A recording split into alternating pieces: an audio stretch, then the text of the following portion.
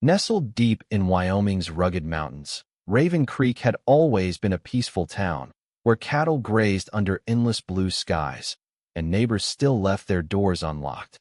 But that peace was shattered when the Black Vultures, an outlaw biker gang, descended upon the town like a plague. They came under the guise of a motorcycle club, but soon began forcing business owners to sell their land, extorting locals, and silencing anyone who resisted. Their biggest obstacle? Eleanor Reed, a 90-year-old widow who owned one of the largest and oldest ranches in the region. The Black Vultures wanted her land, but Eleanor refused to sell it. When threats and intimidation didn't work, the gang escalated to arson and violence. And that was their mistake. Because Eleanor wasn't just any old woman. She had a granddaughter. Cassandra Reed was no ordinary rancher's descendant. She was a battle-hardened Green Beret, a soldier who had spent years in war zones, taking down enemies far more dangerous than a group of overconfident bikers. And when she received her grandmother's desperate voicemail, she knew one thing for sure: she was going home. Cass arrived in Raven Creek under the cover of night, her military instincts screaming at her as she drove through the town. Abandoned storefronts, vandalized buildings, and a general air of fear lingered over everything. This wasn't just a gang problem, it was an infestation. She wasted no time securing the Reed Ranch. Motion sensors, tripwires, and makeshift defenses were set up overnight. She wasn't just defending her grandmother's land, she was drawing a line in the sand. Meanwhile, she started gathering intel. Sheriff Hannah Carter, one of the few uncorrupted officers in town, confirmed her suspicions. Darius Holt, their leader, has half the town in his pocket. Some of my own deputies are taking bribes. Cass narrowed her eyes. Then we cut the corruption out. Her first move? Taking the fight directly to the Black Vultures. The Black Vultures weren't expecting an organized attack. Using her training, Cass ambushed one of their safe houses, disabling their vehicles and setting fire to their drug stash. She left behind a single message, painted across the front wall: Raven Creek is not yours. The retaliation was immediate. A convoy of bikers rode toward Reed Ranch that night, but they weren't ready for Cass's battlefield tactics. Hidden snipers, booby traps, and calculated gunfire turned their assault into a humiliating retreat. And now, the entire town knew someone was finally fighting back. With the first victory secured, Cass knew she needed allies. She turned to Nathan Hayes, an ex-Navy SEAL who ran a local repair shop, Sarah Duvall, whose family had lost their ranch to the Vultures, and Oscar Mendez, a seasoned hunter who knew every inch of the surrounding forests. Together, they formed a resistance. Small strikes followed, sabotaging supply lines, exposing corrupt officials, and spreading fear through the gang's ranks. The townsfolk, once too afraid to speak out, began whispering about a reckoning. Even Sheriff Carter found herself emboldened, secretly feeding information to Cass and her team. But Darius Holt wasn't going to sit back and let his empire crumble. Word spread that a powerful outside force was backing the Black Vultures. Cass's research led her to the Orion Syndicate, a shadowy criminal network that used biker gangs as enforcers for land grabs and trafficking operations. And when an Orion operative, a man named Sebastian Gray, arrived in town in a sleek black Rolls-Royce, Cass knew things had escalated. Unlike Darius, this man was calculating, refined, and far more dangerous. Gray didn't waste time. He made Eleanor an offer, 10 times the market value for her ranch. Eleanor didn't even blink. "I don't do business with snakes." Gray's cold smile faded. "Then I'll ensure you regret that decision." Cass tightened her grip on her knife. Try it. The war had officially begun. The Black Vultures, now emboldened by their syndicate backing, unleashed hell on Raven Creek.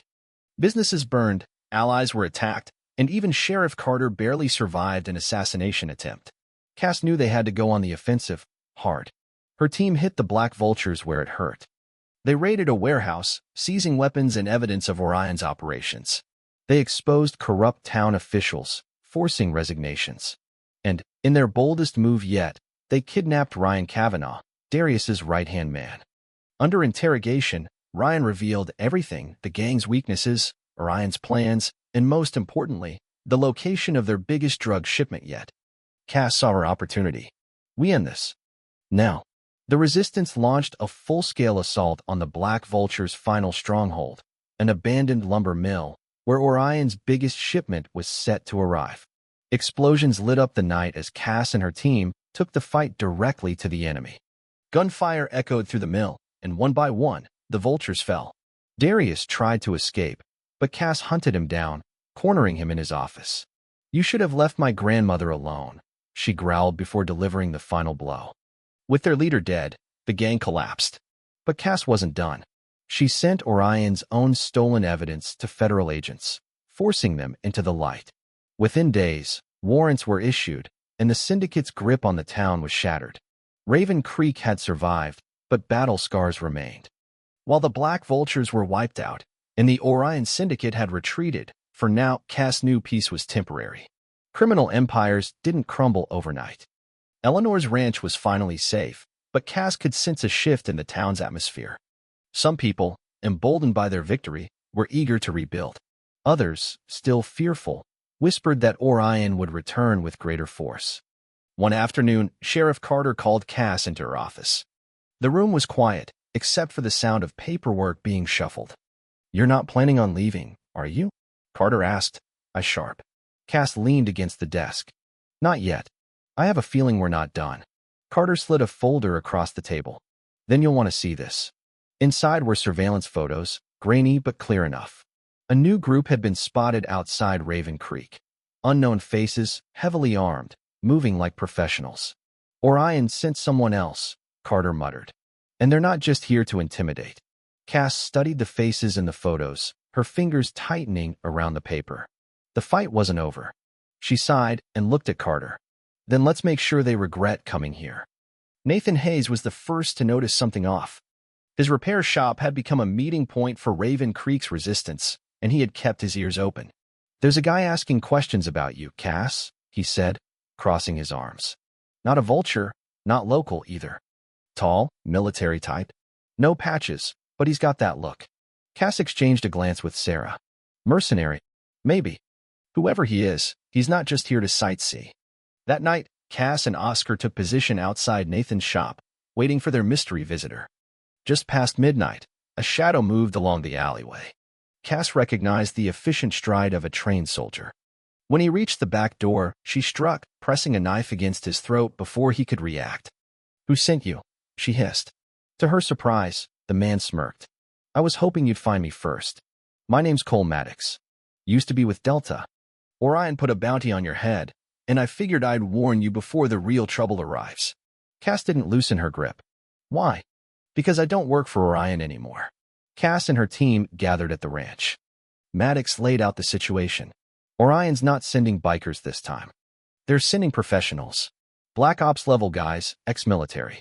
And they've put a price on your head that will attract every hired gun from here to Mexico." Oscar whistled. "So they're done playing games." Maddox nodded. "They want Raven Creek crushed, and they want you dead." Eleanor, sitting quietly in her rocking chair, finally spoke. "Then let's remind them why we're still standing." Before Orion could send their full force, Cass decided to strike first. With Maddox's intel, they pinpointed a safe house being used by Orion scouts. That night, Cass led a raid. Her team moved fast, taking down sentries with precision. The operation was swift and brutal. No casualties on their side. But the real surprise was the documents they found inside. "They're not just after us," Sarah said, flipping through the files. "Orion is planning a massive land grab across the entire state. Raven Creek was just the beginning." Cass exhaled sharply. "Then we don't just fight back. We end them." Orion didn't wait. 3 nights later, they came in full force. Armored vehicles, snipers, tactical teams. But Cass and her resistance were ready. Using carefully placed explosives, they cut off Orion's approach, forcing them into bottlenecked kill zones. Nathan and Oscar provided long-range support while Sarah and Maddox led the counteroffensive. Cass moved like a shadow, taking down enemy operatives with ruthless efficiency. In the final moments, she faced Sebastian Gray himself. "You don't understand what you're dealing with," Gray sneered, blood on his lip. Cass wiped the sweat from her forehead. Neither did the vultures. Look how that ended. One last shot. One last breath. And just like that, the fight was over. Raven Creek had survived again, but Cass knew this was bigger than just one town. Orion was far from finished. What's next? Nathan asked. Cass glanced at her grandmother, who smiled knowingly. We build. We prepare. And when they come back, she tightened her grip on her rifle. We'll be ready. With Reaper dead and the vultures dismantled, Raven Creek stood in a fragile silence. Smoke still lingered in the air, and the scent of gunpowder clung to the streets. The town had endured its darkest hours, and now it had to find a way forward. The remaining gang members either fled or surrendered to the authorities. Sheriff Daniels, having rallied the last of the uncorrupt deputies, took charge of restoring order. For the first time in years, Raven Creek's people walked their streets without fear.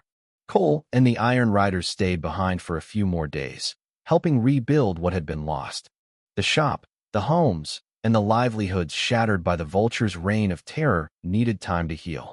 Cass watched as Santiago worked tirelessly, his worn hands steady as ever.